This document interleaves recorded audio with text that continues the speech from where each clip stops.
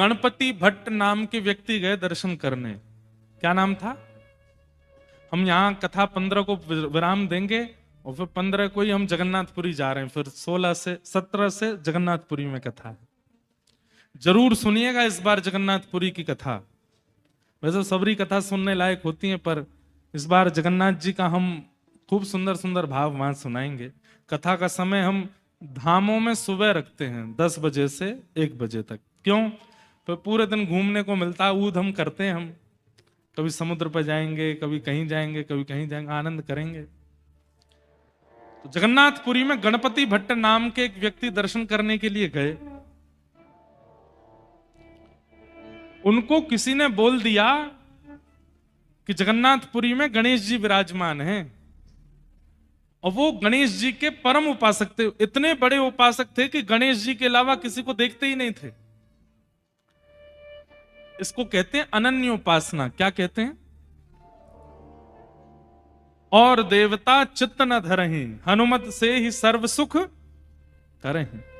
इसी को कहते हैं अनन्य उपासना, केवल एक के रहना।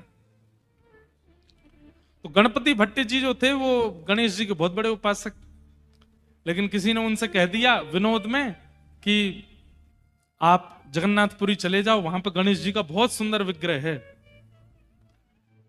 उस समय की बात है, सोशल मीडिया होते नहीं थे, लोग बागों का इतना संपर्क होता नहीं था, ट्रेन भी नहीं चलती थी, बैलगाड़ियों से सफर करते थे। बेचारे वो जगन्नाथपुरी आए, तो जगन्नाथपुरी आकर के उनको पता चला कि मुझे तो किसी ने बहकावे में रखा है, यहां कोई गणेश जी नहीं है, यहां तो कृष्ण ही जगन्नाथ बन करके बैठा है। उनको इस बात का बड़ा दुख हुआ कि मेरा अब अनन्य प्रेम जो गणेश जी से है वो टूट जाएगा, क्योंकि मैं दूसरे देवता की सन्निधि में आ गया। समुद्र के तट पर बैठे थे, रो रहे थे, हे गणेश जी मुझसे नाराज मत होना, आप मुझसे दुखी मत हो जाना कि मैं दूसरे देवता के नगर में आ गया, दूसरे देवता का दर्शन करने, पर आप चिंता मत करना, मैं आ तो गया हूं जगन्नाथपुरी, पर मैं दर्शन नहीं करूंगा उनका, क्योंकि मैंने संकल्प लिया है कि आपके अलावा किसी को नहीं देखूंगा मैं।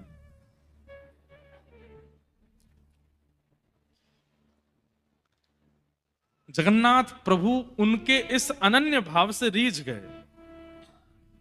जगन्नाथ जी के मन में आया कि देखो कैसा भक्त है कि गणेश जी के अलावा किसी को देखेगा ही नहीं। मुझे इसकी अनन्यता प्रिय लगी। और श्री जगन्नाथ जी एक छोटे से बालक का रूप धारण करके गए और समुद्र के तट पर रो रहे गणपति भट्ट जी से जाके बोले, क्यों रो रहे हो आप? स्वयं भगवान गए। तो गणपति भट्ट बोले, चले जाओ यहां से। और मुझे बहका दिया, किसी ने बोल दिया कि यहाँ तो गणेश जी बैठे हैं, मैं उनका दर्शन करने के लिए आ गया, और मुझे बाद में यहां आके पता चला कि यहाँ तो छलिया माखन चोर कन्हैया बैठा है।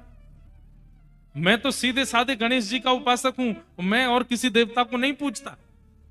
मेरी अनन्यता टूट गई, इसलिए मैं रो रहा हूं। तो जगन्नाथ जी बालक के रूप में गए, उसको बोले, अरे भैया किसी ने नहीं बहकाया तुमको, तुम सही आए हो। यहां जगन्नाथ जी साक्षात गणेश ही हैं, और तुमको नहीं विश्वास होता तो एक बार मेरे साथ चल के दर्शन कर लो। नहीं नहीं, मैं दर्शन तो बिल्कुल नहीं करूंगा। क्यों? नगर में आके मेरी अनन्यता टूट गई, दर्शन कर लूंगा तो और अनन्यता टूट जाएगी, बिल्कुल नहीं जाऊंगा मैं। तो जगन्नाथ जी बोले, भैया देखो तुम अनन्य हो ना, गणेश जी के अनन्य भक्त हो? बोले हाँ।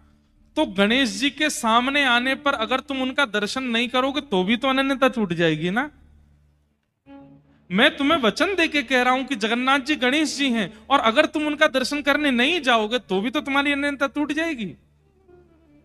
अब तो गणपति भट्ट बोले, आपने तो मुझे अब दुविधा में डाल दिया, अब मैं क्या करूं? तो बालक बोला, एक काम करो, तुम आंख पे पट्टी बांध के चलो और जा करके उनका स्पर्श करके देख लेना। अगर लंबोदर, लंबा पेट अनुभव हो, लंबी सूंड अनुभव हो, लंबी कान हाथ में स्पर्श करने पर आ जाएं, पट्टी खोल के दर्शन कर लेना। सूंड, कान और उदर ये तो गणेश जी का ही है ना, ये और किसी का तो होगा नहीं। गणपति भट्ट बोले, बात तो ठीक है आपकी। अच्छा, प्राचीन हमने भी संभवतः 2008 या 9 की बात होगी और पुरानी बात होगी। उस काल में जगन्नाथ जी के भीतर गर्भगृह तक जाने की अनुमति तब भी थी। एक समय होता था दिन भर में हर दर्शनार्थी भीतर जाते थे और भीतर जाकर के जिस वेदी पर जगन्नाथ जी बैठे हैं उस वेदी की परिक्रमा करके निकलते थे बाहर। और उससे भी पुराने समय में मतलब 1950 1960 के समय में लोगों को भीतर जाकर के जगन्नाथ जी को हृदय से लगाने का अधिकार भी था, स्पर्श करने का अधिकार था। वो तो फिर बाद में मुगल आक्रांता और कई हमारे हिंदू समाज के कई लोगों ने मंदिरों को अशुद्ध करना शुरू कर दिया। अपने भीतर जबरदस्ती मांस आदि लेके जाते और मंदिर में जाके फेंक देते थे अशुद्ध करने के लिए। इसलिए फिर आचार्यों ने अपरस की सेवा कर दी, बंद कर दिया, कोई और अंदर नहीं आएगा, केवल पुजारी जी जाएंगे। नहीं तो पहले सारे मंदिरों में सबको अधिकार था ठाकुर जी के सामने जाकर के स्पर्श करने का। इसलिए पुराने मंदिरों में आप देखेंगे आज भी दक्षिण में कई मंदिरों में मुख्य द्वार पर जल की व्यवस्था होती, सब लोग हाथ धोते हैं, पैर धोते हैं, अपने सिर पर छींटा मारते हैं, तब भीतर जाते हैं। क्यों?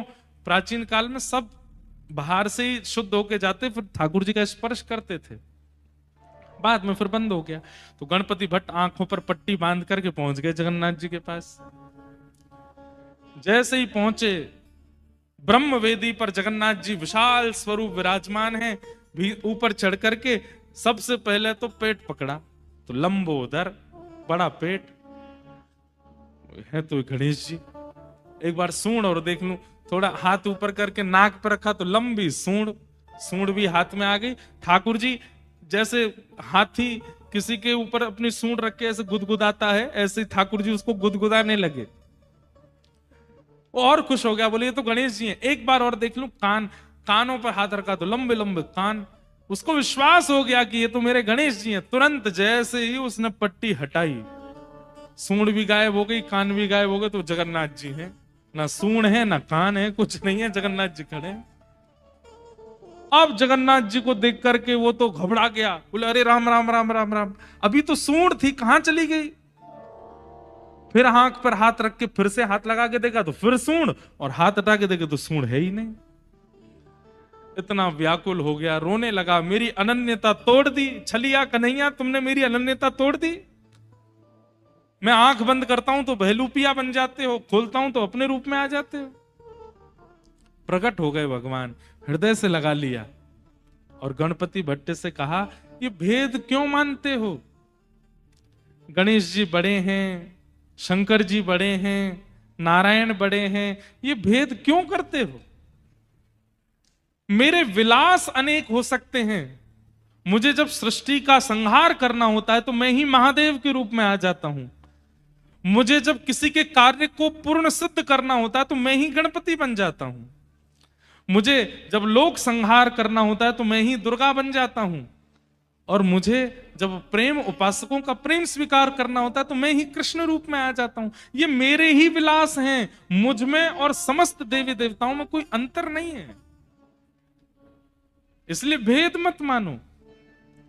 और उस दिन ठाकुर जी ने नियम ले लिया कि आज के बाद जगन्नाथपुरी में स्नान पूर्णिमा के दिन ठाकुर जी 108 कलशों से स्नान करते हैं और स्नान करने के बाद फिर गणेश जी का रूप धारण करते हैं। आज भी सूंड कान गणपति भट्ट की स्मृति में महाप्रभु जगन्नाथ जी का गजानन भेष होता है, हाथी बनते हैं ठाकुर जी गणपति भट्ट के लिए। ठाकुर जी से ज्यादा ब्रॉड माइंडेड कौन होगा? सबरे देवी देवता स्वयं ही हैं, लेकिन सबके अलग अलग रूप धारण करके सब में पूजन कराते हैं।